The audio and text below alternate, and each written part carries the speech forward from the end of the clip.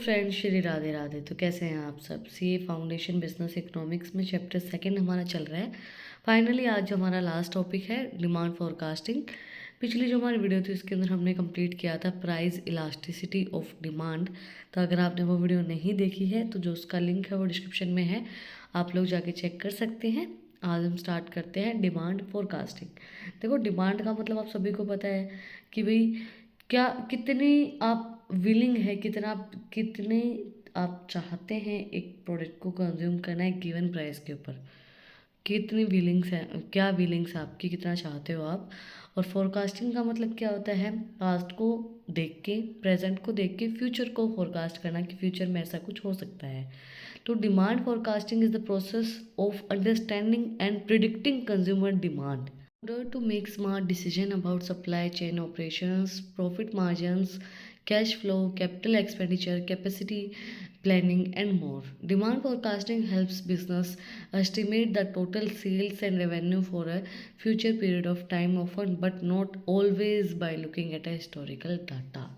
देखो, demand forecasting हमेशा तो ऐसा नहीं है कि हर बार ही हिस्टोरिकल डाटा के अकॉर्डिंगली आप फोरकास्ट करोगे, बट डिमांड फोरकास्टिंग वो प्रोसेस होती है जिसके अंदर प्रिडिक्ट किया जाता है कि कंज्यूमर कितनी डिमांड कर सकता है आगे फ्यूचर आने वाले टाइम में। एंड स्मार्ट डिसीजंस लेने के लिए, सप्लाई चेन को सही तरीके से चलाने के लिए, प्रॉफिट मार्जिन को जानने के लिए, कैश फ्लो के लिए, कैपिटल एक्सपेंडिचर्स को जानने के लिए, कैपिटल को जानने के लिए डिमांड फोरकास्टिंग का यूज़ किया जाता है। बट ऑलवेज वो हिस्टोरिकल डाटा के ऊपर बेस्ड नहीं होती है।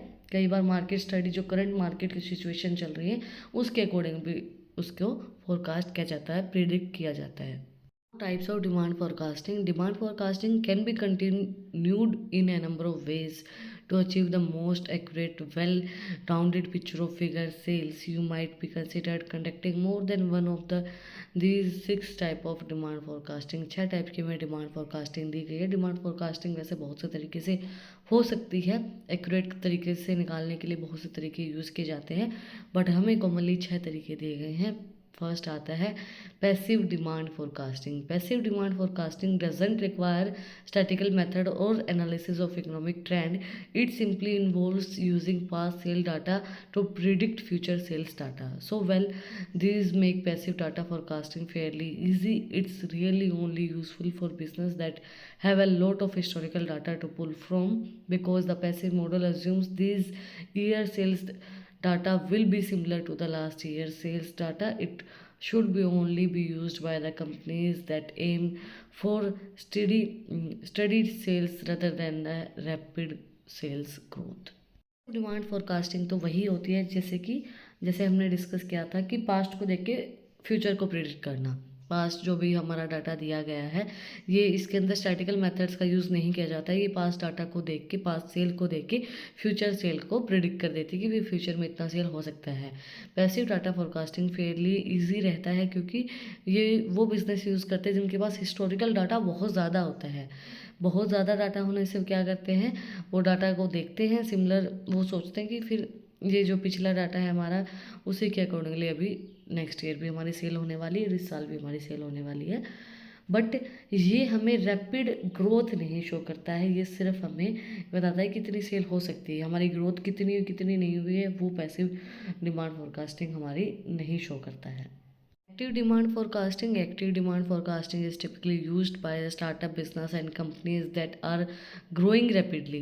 The active approach takes into account aggressive growth plans such as marketing or product development, and also the general competitive environment of the industry, including the economic outlook, market growth projections and more.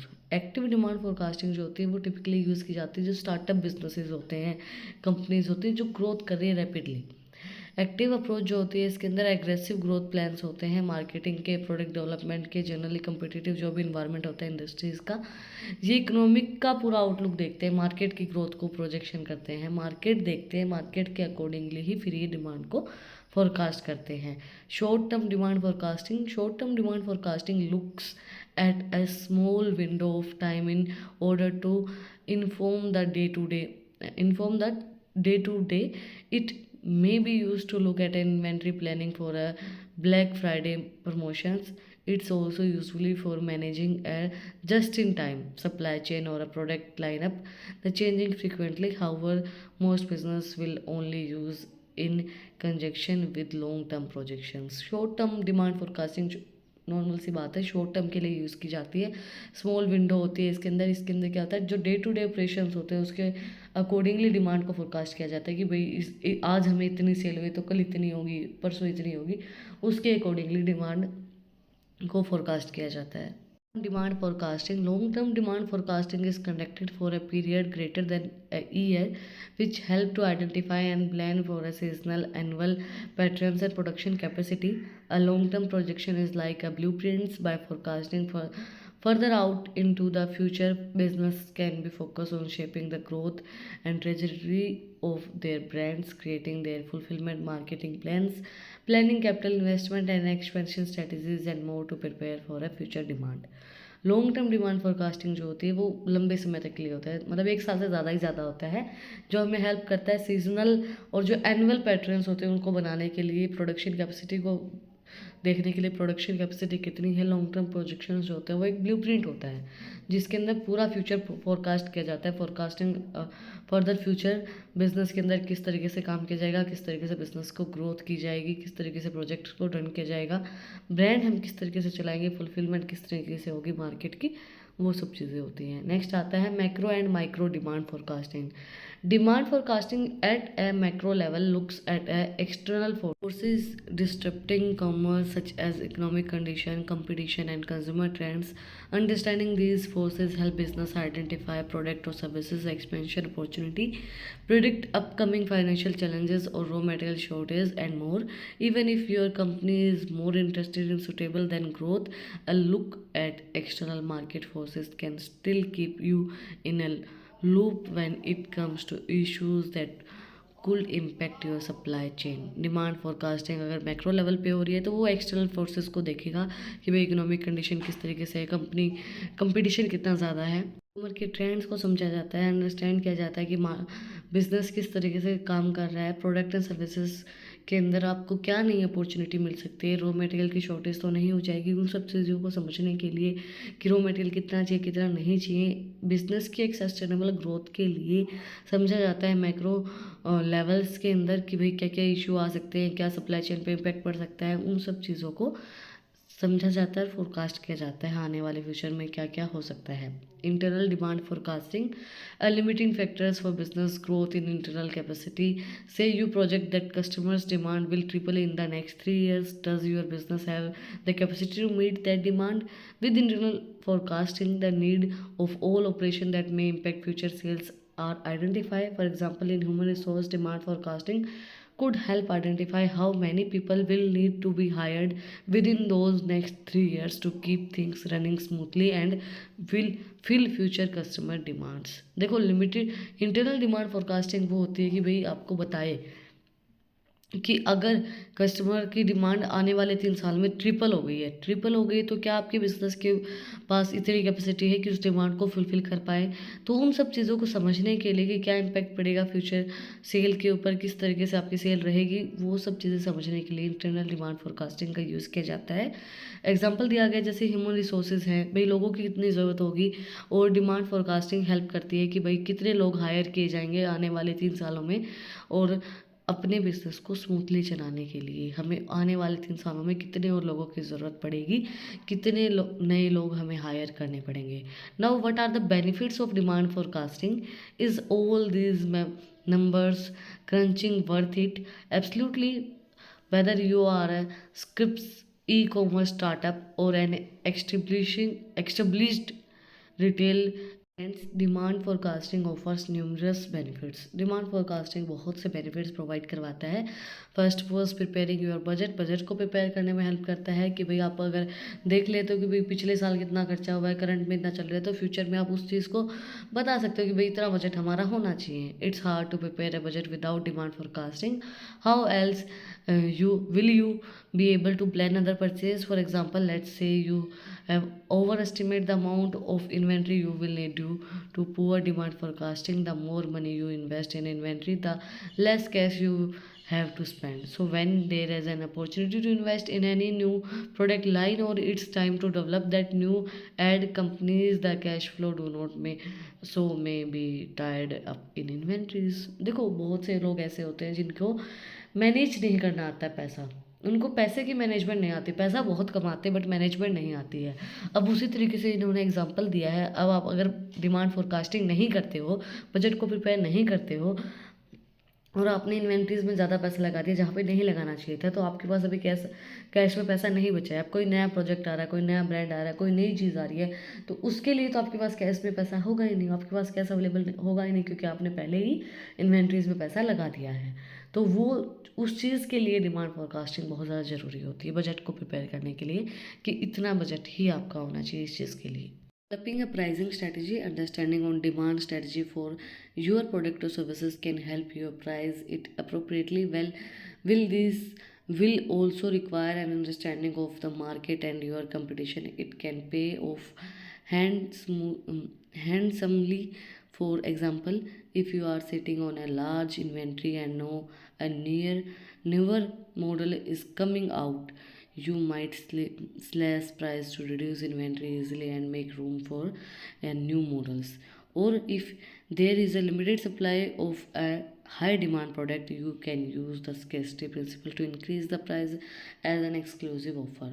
Pricing strategy आपकी बहुत अच्छी होनी चाहिए, कि demand जो है वो हमारी हेल्प करता है स्ट्रैटेजीज बनाने के लिए, कि भाई आपकी प्राइस की स्ट्रैटेजी किस तरीके से आप लगा सकते हो प्रोडक्ट एंड सर्विसेज के लिए। मार्केट को समझने के लिए, मार्केट के कंपटीशन में रहने के लिए आपको प्राइसिंग स्ट्रैटेजी आनी चाहिए। Then storing inventory, the more inventory you carry the more expansion it is to store, and the longer you keep it, the more likely to be decrease in the value. Demand forecasting can help you spend less money in the both inventory purchase order and warehousing by informing you of what you will need and when you will need it. By not keeping too much inventory on hand, you also reduce the change of its becoming dated if something new and improved comes along. देखो inventories को store करना और उनको manage करना भी बहुत ज़्यादा एक डिफिकल्ट काम है, बट डिमांड फोरकास्टिंग से हमें उसके हेल्प से हम कर सकते हैं कि भाई आपको कौन सी इन्वेंट्री रखनी है, कौन सी नहीं रखनी है, क्योंकि इन्वेंट्रीज को स्टोर करके रखने के लिए भी तो आपको जगह चाहिए ना। तो more likely to it is to decrease in the value. अगर हम ज़्यादा रखने की कोशिश करें, भाई लॉन्गर पीरियड तक रखें, तो उसकी वैल्यू डिक्रीज हो जाएगी। तो डिमांड फोरकास्टिंग हमारी हेल्प करती है कि हमें कहाँ पे पैसा लगाना है, कहाँ पे नहीं लगाना है, वेयर हाउसिंग कहाँ पे करनी, कितनी करनी है, किस चीज़ की हमें अभी ज़रूरत है, किस चीज़ की हमें ज़रूरत नहीं है, ये हमें ख़रीदना चाहिए या नहीं ख़रीदना चाहिए। मतलब ये है ना कि भाई अभी काम चल रहा है तो चला देते हैं, अब अगर हमें ये लग रहा है कि इसका प्राइस बढ़ेगा तो हम पहले खरीद लेते हैं, है ना, और हमें नीड है तो हम खरीद लेते हैं, अगर नीड नहीं है तो क्यों खरीदना है। On restocking, lack of demand forecasting can not only cost your customers but it can really eat into your profit too. To fill these orders and new orders, you will need to restock quickly, which could means 24/7 production or paying rush charges or expected shipping fees to your suppliers. On top of that, consumer expectations or to make good with frustrated consumers, you might have to pay for expected shipping to them as well as। देखो बहुत lack of demand है, forecasting आपने अच्छे से नहीं की है, तो कॉस्ट ऑफ योर कस्टमर्स वो रिलाई करेगा प्रॉफिट टू, और नए ऑर्डर्स जो आएंगे रीस्टॉक करने के लिए आपको 24/7 प्रोडक्शन करनी पड़ेगी, क्योंकि आपने पहले ही डिमांड फोरकास्टिंग नहीं की है।